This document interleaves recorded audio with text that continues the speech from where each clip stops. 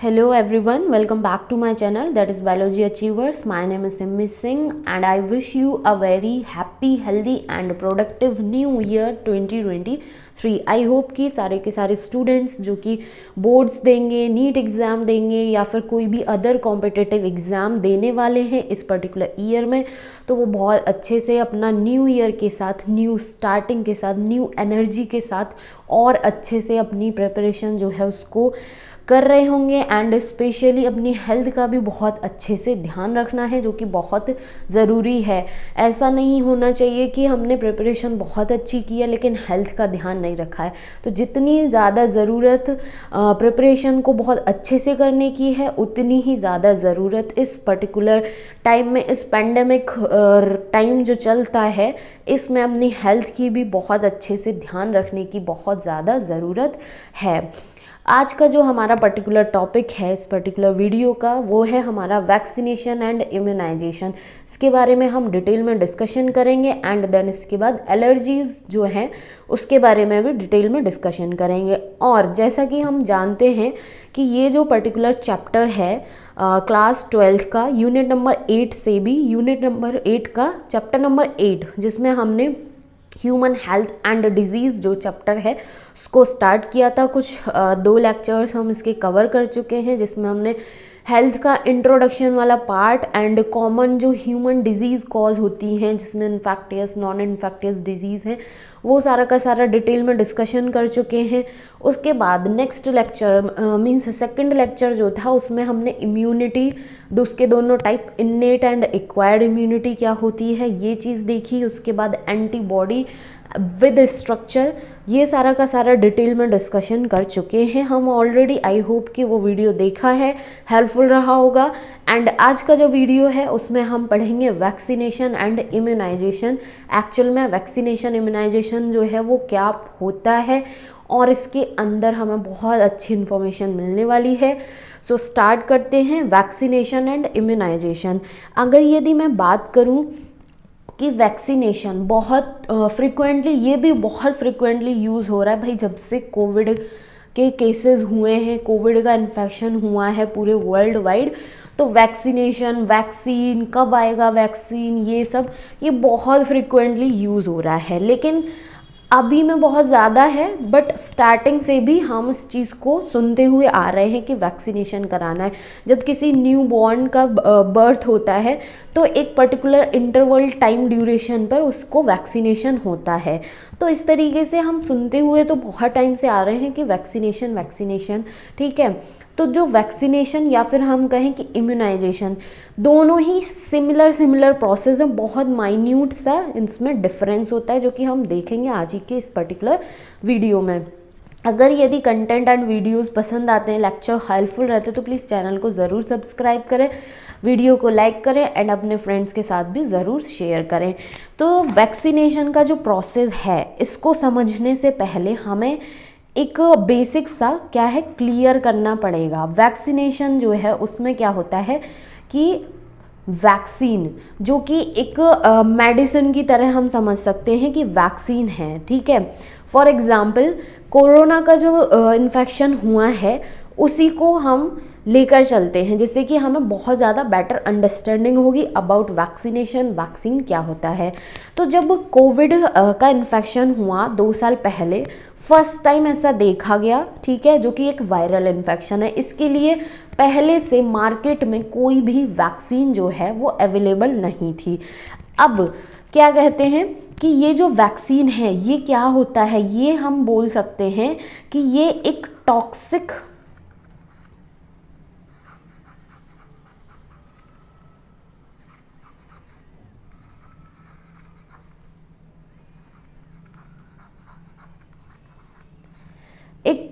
Toxic chemical substance ही होता है किसी भी पर्टिकुलर पैथोजन का। फॉर एग्जाम्पल कि कोरोना वायरस है, उसकी पहले से वैक्सीन नहीं थी, तो बहुत टाइम लगा कि उसकी वैक्सीन डेवलप की जाए। तो कोरोना का जो वायरस था उसके ऊपर स्टडी की गई, उससे फिर एक केमिकल जो है उसको प्रोड्यूस किया गया जिसको हम वैक्सीन के नाम से जानते हैं। वैक्सीन जो है वो एक जर्म ही होता है, ठीक है, जिसको क्या कहते हैं, आर्टिफिशियली, दैट मीन्स कि इंजेक्शन के थ्रू या फिर जैसे कि पोलियो ड्रॉप की बात की जाए तो वो ओरली, ये जो है जर्म का कुछ अमाउंट जो है वो किस इंडिविजुअल्स को दिया जाता है, ठीक है, जिसको हम वैक्सीन बोलते हैं। वैक्सीन जब दी जाती है किसी भी इंडिविजुअल को तो उसकी बॉडी जो है उसके लिए रिस्पॉन्ड करना स्टार्ट करती है।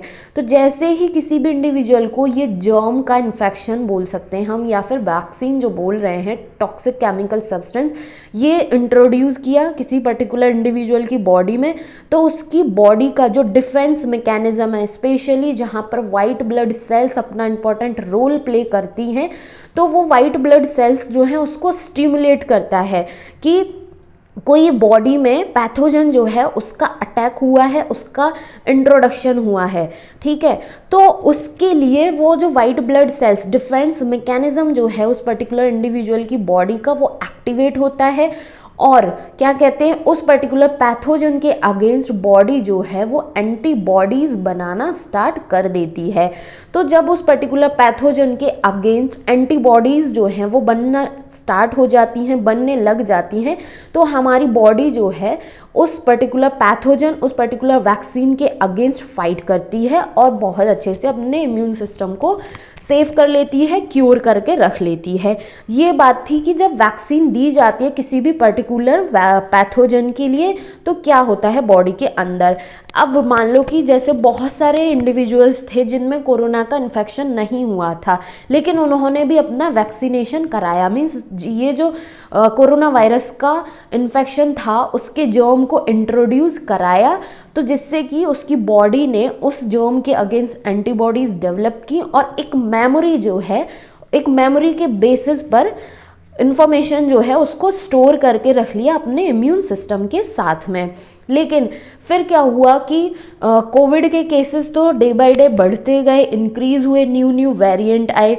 तो जिस इंसान को पहले कोविड का इन्फेक्शन नहीं हुआ था लेकिन उसने अपना वैक्सीनेशन करा लिया था, तो जब अगर फर्दर फ्यूचर में उसको कोविड का इन्फेक्शन हुआ होगा, बहुत सारे लोगों को इवन हुआ भी है, तो क्या हुआ कि जैसे ही कोरोना वायरस का अटैक हुआ लेकिन उस पर्टिकुलर इंडिविजुअल की बॉडी में इस वायरस के लिए, इस पर्टिकुलर पैथोजन के लिए ऑलरेडी एंटीबॉडीज जो है वो डेवलप हो रखी हैं, उसकी एक मेमोरी डेवलप हो रखी है इम्यून सिस्टम के पास।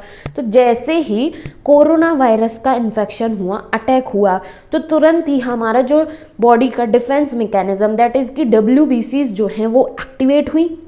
उनको एक इन्फॉर्मेशन मिली कि इस तरीके से एक पैथोजन का अटैक हुआ है इम्यून सिस्टम पे, तो उसके पास एक मेमोरी थी, तो उस मेमोरी को यूज़ करते हुए तुरंत ही एक पर्टिकुलर इंडिविजुअल का जो इम्यून सिस्टम है उसके अगेंस्ट एंटीबॉडीज़ जो है वो बनाना स्टार्ट कर देता है, जिससे कि क्या कहते हैं, उस पर्टिकुलर पैथोजन के अटैक के अगेंस्ट हमारी बॉडी, हमारा इम्यून सिस्टम जो है वो बहुत अच्छे से फाइट करता है एंड क्योर हो जाता है। सो इस तरीके से कहा जाता है कि वैक्सीनेशन, इम्यूनाइजेशन का प्रोसेस क्या है।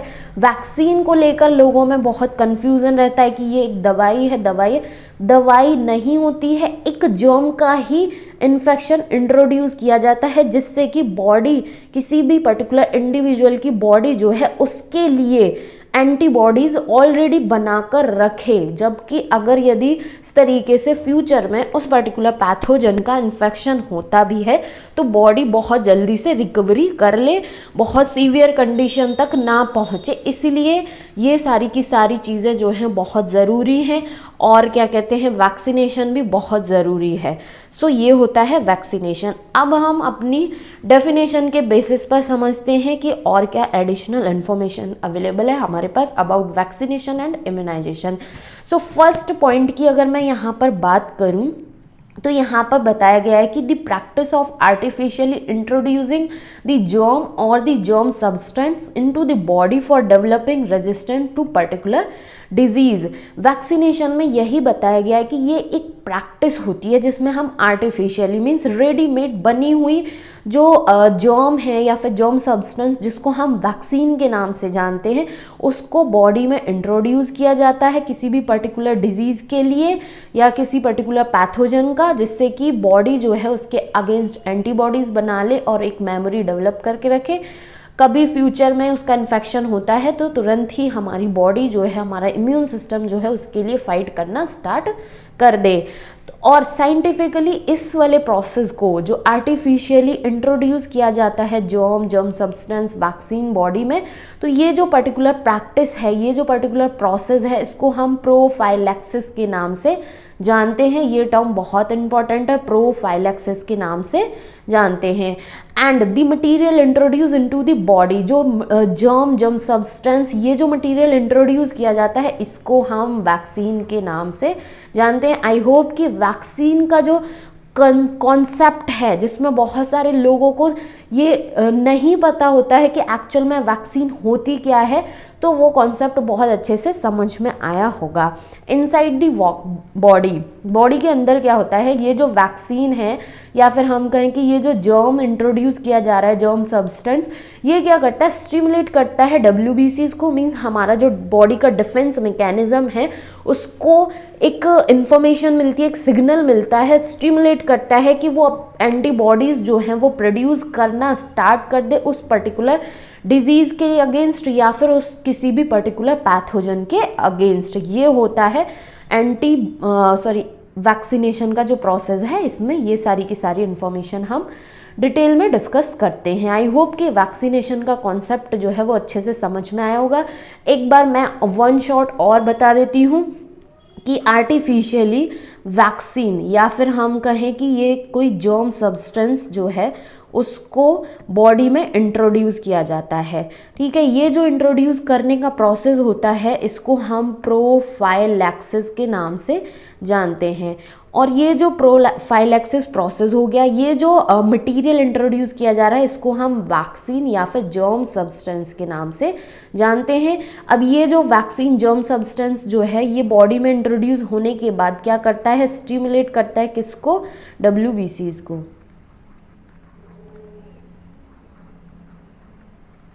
और जिससे कि क्या करें, WBCs जो हैं वो एंटीबॉडीज़ बनाना स्टार्ट करें और फिर उसके बाद हमारा इम्यून सिस्टम जो है उस पर्टिकुलर डिजीज़, उस किसी भी पर्टिकुलर पैथोजन के लिए जिसके लिए वो एंटीबॉडीज़ बना रहा है उसके अगेंस्ट फाइट कर सके एंड क्योर कर सके। ये होता है वैक्सीनेशन का प्रोसेस। अब बात आती है कि इम्यूनाइजेशन में क्या होता है फिर। तो इम्यूनाइजेशन में क्या होता है कि कुछ ऐसे डिजीज़ होते हैं, जैसे कि स्नेक बाइट हुआ, किसी इंसान को सांप ने काट लिया, तो उसको बचाने के लिए क्या होता है कि पहले से ही बने हुए प्रीफॉर्म्ड इंजेक्शंस होते हैं, मेडिसिन्स होती हैं जो कि उसको तुरंत ही दी जाती हैं जिससे कि उसको बचाया जा सके उस इंसान को। तो इस तरीके के प्रोसेस जो है उसको हम पैसिव इम्यूनाइजेशन या फिर इम्यूनाइजेशन के नाम से जानते हैं। So if a person is infected with some deadly microbe to which quick immune response is required.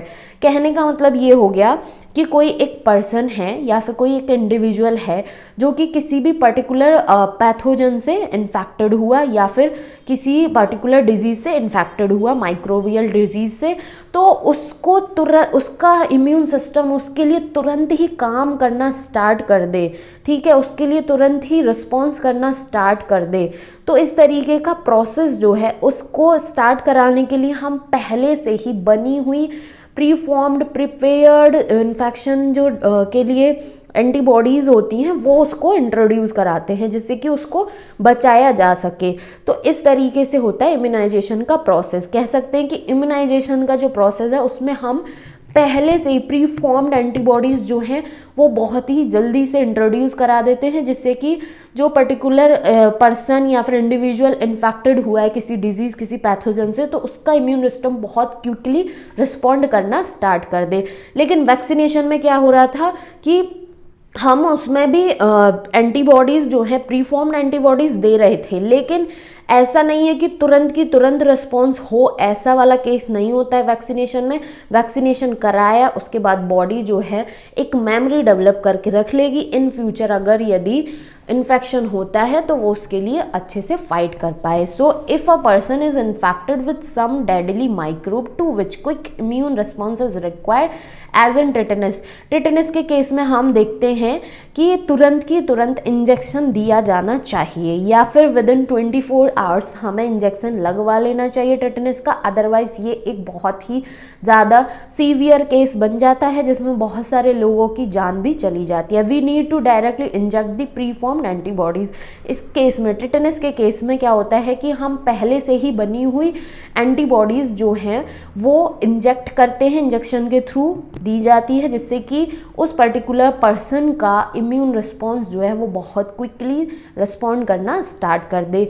और या फिर हम बोल सकते हैं एंटीबॉडीज़ दी जाती हैं या फिर एंटीटॉक्सिन्स। ठीक है, एंटीटॉक्सिन्स क्या होते हैं? A preparation containing antibody to the toxin, ये होता है एंटीटॉक्सिन्स दी जाते हैं। Even in case of snake bite, जब किसी इंसान को सांप काट लेता है जिसको हम स्नेक बाइट के नाम से जानते हैं, तो the injection which is given to the patient contain preformed antibodies against the snake venom.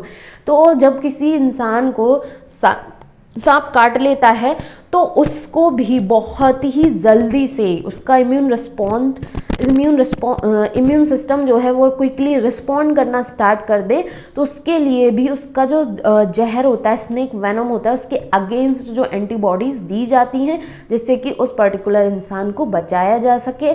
सो इस तरीके का प्रोसेस जो है वो क्या कहलाता है? इम्यूनाइजेशन, या फिर जिसको हम पैसिव इम्यूनाइजेशन के नाम से जानते हैं। अब ऐसा नहीं है कि पहले से ही किसी इंसान को स्नेक बाइट के लिए एंटीबॉडीज़ दे दी गई और उसकी बॉडी जो है वो एक मेमोरी बना के रख ले, ये नहीं होता। लेकिन जब कभी काटा उसके तुरंत बाद ही दी जाती हैं। सो ये एक मेजर डिफरेंस भी होता है बिटवीन वैक्सीनेशन एंड इम्यूनाइजेशन।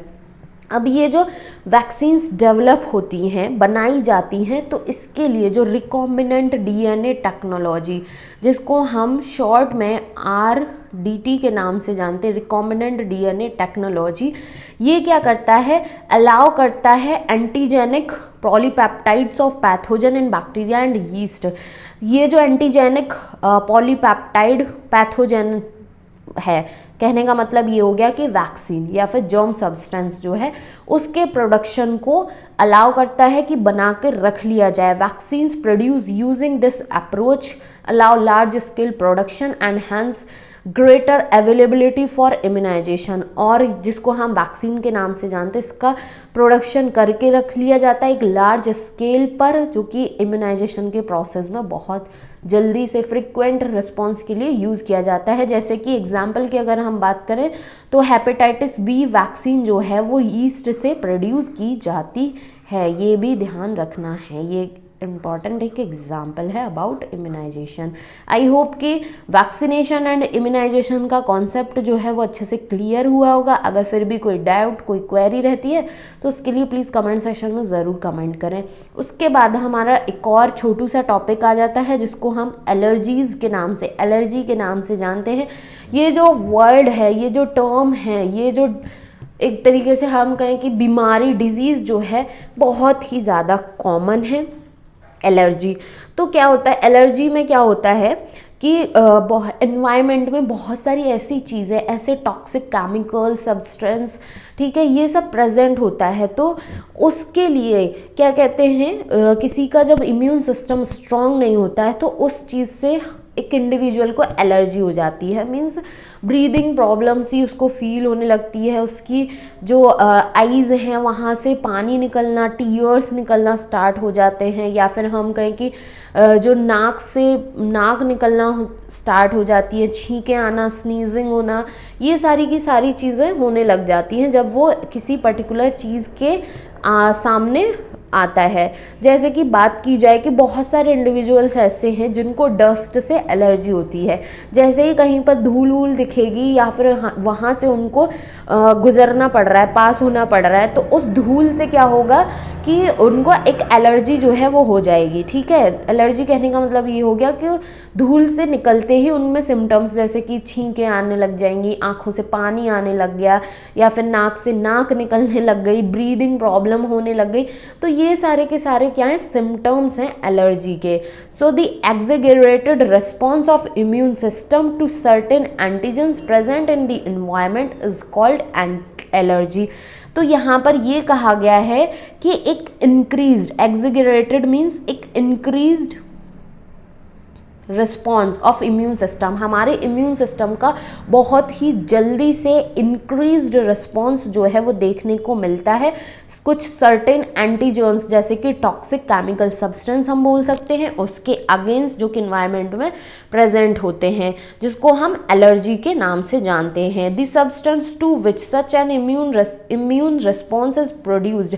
अब ये जो क्या कहते हैं सब्सटेंस एंटीजन्स जो प्रेजेंट हैं, जिसमें कि कोई टॉक्सिक केमिकल सब्सटेंस हो सकता है, डस्ट पार्टिकल्स हो सकते हैं, तो ये जो एंटीजन्स प्रेजेंट है, ये जो सब्सटेंस प्रेजेंट है एनवायरनमेंट में, उसके लिए जो इम्यून रिस्पॉन्स जो है वो क्या करता है, बहुत जल्दी से रिस्पॉन्स करना स्टार्ट कर देता है, एक रिस्पॉन्स जो है उसको प्रोड्यूस करता है। तो ये जो रिस्पॉन्स प्रोड्यूस होता है इन सब्सटेंसेस के अगेंस्ट में, उनको हम बोलते हैं एलर्जेंस। कहने का मतलब ये हो गया कि कोई भी केमिकल सब्सटेंस, डस्ट पार्टिकल जो कि एलर्जी कॉज करने के लिए रिस्पॉन्सिबल है, तो उस डस्ट पार्टिकल, उस एंटीजन या फिर उस केमिकल सब्सटेंस को हम एलर्जेंस के नाम से जानते हैं।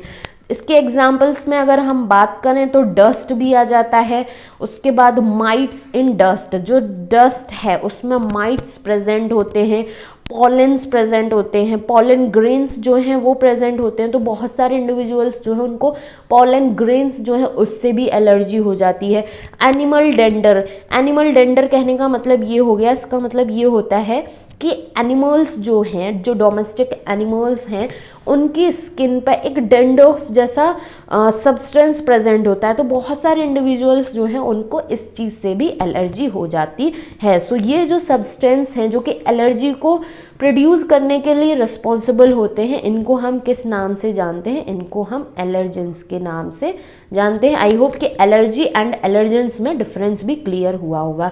अब अगर यदि हम बात करें एलर्जी जो हो रही है उसके सिम्टम्स क्या होते हैं, तो ये भी बहुत कॉमन है, हर एक इंडिविजुअल जो है इस चीज़ से फेस कर चुका होता है, इवन कर रहा होता है, जैसे कि स्नीजिंग, छींके आना, वाटरी आइज, आइज से वाटर रिलीज होना, रनिंग नोज, नाक से पानी निकलना, नाक निकलना, डिफ़िकल्ट इन ब्रीदिंग, डिफ़िकल्टी होना सांस लेने में, ये सारी की सारे इसके सिम्टम्स हैं किसके, एलर्जी के। उसके बाद allergy is due to the release of chemicals. अब ये जब एलर्जेंस का हमारे इम्यून सिस्टम पर, हमारी बॉडी पर इफ़ेक्ट होता है, तो हमारी बॉडी की जो मास्ट सेल्स होती हैं, जिनको हम मास्टर सेल बोलते हैं, उससे कुछ केमिकल्स जो हैं वो सिक्रीट होते हैं जो कि एलर्जी कॉज करते हैं। जैसे कि ये कौन से केमिकल्स होते हैं, इसमें आ जाते हैं हिस्टामिन, सेरोटोनिन, ये केमिकल हैं जो कि कहाँ से रिलीज़ होते हैं, मास्ट सेल से। तो ये जो पर्टिकुलर पॉइंट है ये बहुत इम्पॉर्टेंट है कि एलर्जी जो है वो किस केमिकल की वजह से होती है और ये केमिकल कहाँ से सिक्रीट होते हैं। तो केमिकल हो जाता है हिस्टामिन, सेरोटोनिन, जो कि मास्ट सेल्स से रिलीज्ड होते हैं। The use of drugs like anti histamine, adrenaline, steroids quickly reduce the symptoms of allergy. अब अगर यदि किसी इंडिविजुअल को एलर्जी हो गई है तो उसको तुरंत ही ठीक करने के लिए हम कुछ मेडिसिन्स, ड्रग्स ले सकते हैं, जैसे कि एंटी हिस्टामिन हो गया, एड्रेनालिन हो गया, स्टेरॉइड्स हो गए, ये हम यूज़ करके अपनी एलर्जी को ठीक कर सकते हैं। ये कुछ मेडिसिन्स, कुछ ड्रग्स हैं एलर्जी के लिए। सो ये था हमारा वैक्सीनेशन एंड इम्यूनाइजेशन का प्रोसेस एंड एलर्जीज़ के बारे में। इस चैप्टर का नेक्स्ट टॉपिक जो है वो होगा immune system in the body, जो कि बहुत ही ज़्यादा इम्पॉर्टेंट, इंटरेस्टिंग टॉपिक है और थोड़ा बड़ा भी है, लेकिन डिफ़िकल्ट बिल्कुल भी नहीं है, बहुत ही इजी और बहुत ही अच्छा टॉपिक है, जिससे कि हमें अपने इम्यून सिस्टम जो है उसके बारे में बहुत अच्छी अच्छी इन्फॉर्मेशन जानने को मिलेगी। तो ये स्टार्ट करेंगे हम नेक्स्ट वीडियो में, बिकॉज ये थोड़ा बड़ा भी है, तो एक ही वीडियो में इसको कवर करने में थोड़ा ज़्यादा लेंदी वीडियो हो जाएगा। तो छोटे छोटे पार्ट्स में हम इस पर्टिकुलर चैप्टर के वीडियोस जो हैं उनको सॉल्व कर लेते हैं, कंप्लीट कर लेते हैं। आज का video about vaccination and immunisation and allergies, I hope कि बहुत हेल्पफुल रहा, अच्छे से समझ में आया। फिर भी अगर कोई क्वेरी, कोई भी डाउट रहता है तो प्लीज़ कमेंट सेक्शन में ज़रूर कमेंट करिएगा। एंड बहुत अच्छे से प्रिपरेशन करें। न्यू ईयर है, न्यू रेजोल्यूशंस लेते हैं लोग, लेकिन रेजोल्यूशंस जो हैं वो एक ही 2 दिन काम के होते हैं, अदरवाइज उसके बाद कुछ भी नहीं होता है, वो वैसे के वैसे ही रखे रह जाते हैं। तो क्या है, रेजोल्यूशन लेने के उसमें टाइम वेस्ट ना करें, अच्छे से पढ़ाई करें, मन लगाकर पढ़ाई करें, जिससे कि न्यू ईयर में न्यू प्रोडक्टिविटी मिले, न्यू अपॉर्चुनिटीज़ जो हैं वो मिले, एंड अच्छा न्यू ईयर जो है वो भी गुजरे, और अपकमिंग जितने भी ईयर्स हैं वो भी बहुत अच्छे से हेल्दी, हैप्पी एंड प्रोडक्टिविटी के साथ में गुजरे। आई होप कि सारी की सारी चीज़ें बहुत अच्छे से हेल्पफुल रहेंगी। चैनल को ज़रूर सब्सक्राइब करें, वीडियो को लाइक करें एंड अपने फ्रेंड्स के साथ भी शेयर करें। Thank you so much for watching.